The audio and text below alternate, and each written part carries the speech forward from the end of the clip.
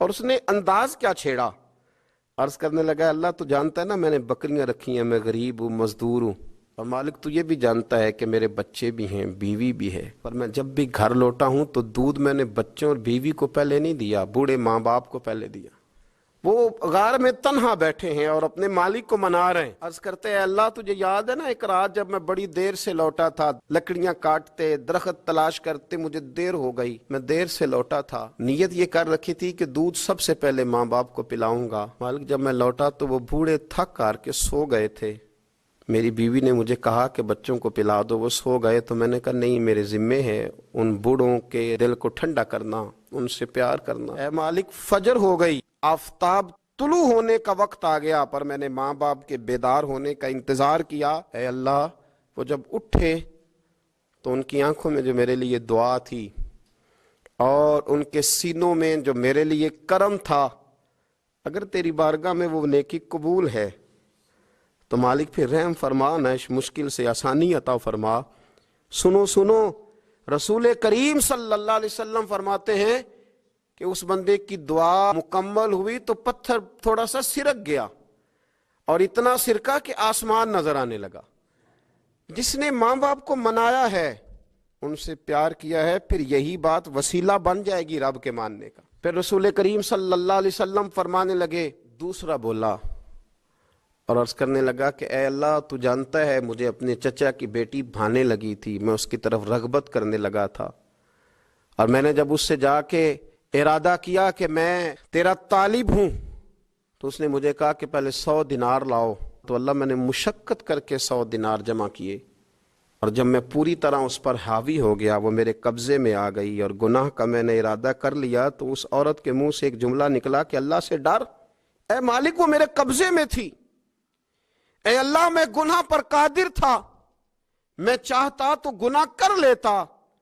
لیکن جب اس نے تیرا نام لے کے کہا نا کہ اللہ سے ڈر، اللہ میں ڈر گیا، میں اسے چھوڑ کے آ گیا۔ اگر تجھے یہ بات پسند ہے تو پھر نکال دینا اس مشکل سے، پھر کر دینا کرم۔ اللہ میری بھی تو چڑھتی جوانی تھی نا، میں بھی تو سب کچھ کر سکتا تھا، پر تیرے لیے، تیری خاطر میں لذت گناہ سے باز رہا، تو اللہ تو رحمت فرما دے۔ حضور فرماتے ہیں اس کی دعا مکمل ہوئی تھی کہ پتھر تھوڑا اور سرک گیا۔ پھر تیسرا بولا اور اس نے بول کے کہا اے اللہ ایک مزدور کو، ایک دیہڑی دار کو، ایک غریب کو میں نے کام پہ رکھا ہوا تھا، یہ تیرا اور میرا راز ہے اللہ۔ وہ مزدور، وہ دیہڑی دار میرے پاس کام پہ لگا تھا، کچھ چاول میں نے اس کی اجرت مقرر کر دی کہ تو کام مکمل کرے گا تو میں تجھے دوں گا، اور جب اجرت لینے کا وقت آیا تو وہ بگڑ کر ناراض ہو کر چلا گیا، میں اسے ڈھونڈتا رہا، وہ مجھے ملا نہیں، میں نے اس کے چاولوں کی قیمت کاروبار میں انویسٹ کر دی، اس کا تھوڑا سا سرمایہ پر میں نے کھایا نہیں، پھر وہ مجھ سے میں کاروبار کرتا رہا اور اتنا کاروبار کیا کہ بہت ساری گائیں اور ان کے چرواہے تیار ہو گئے، وہ سالوں کے بعد لوٹا، میں نے اس غریب کا مال کھایا نہیں بلکہ بڑھایا، محفوظ کر کے رکھا، وہ سالوں کے بعد لوٹا اور کہنے لگا میرا مال، تو میں نے کہا وہ ساری گائیں تیری ہیں، وہ چرواہا تیرا ہے، یہ سارا کچھ تیرا ہے، تو کہنے لگا تو مجھ سے مذاق کرتا ہے، میں غریب کہاں اور اتنی بڑی گائیں کہاں، تو مذاق کرتا ہے؟ تو میں نے کہا مذاق نہیں، میں نے اپنے رب سے ڈر کے تیرے مال کی حفاظت کی، یہ تیرا ہے۔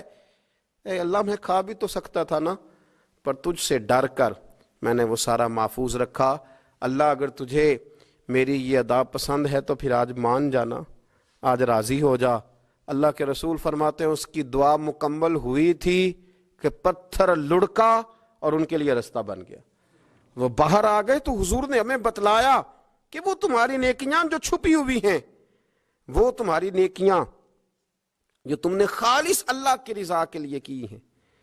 ان نیکیوں، ان اعمال کا وسیلہ بھی تمہارے رب کے ماننے کا ذریعہ بن جائے گا، اس کو منایا جائے، اس کے حضور حاضری دی جائے، اس سے بخشش کا سوال کیا جائے، اس کی بارگاہ میں یہ گزارش کی جائے کہ اللہ غریبوں، مجبوروں، کمزوروں اور ان لوگوں کے صدقے جو اللہ رستہ دیکھ رہے ہیں کہ رستہ کب کھلے گا، جو تیری بارگاہ کرم کے سوالی ہیں، ان کے صدقے تو رحم فرما، تو کرم فرما۔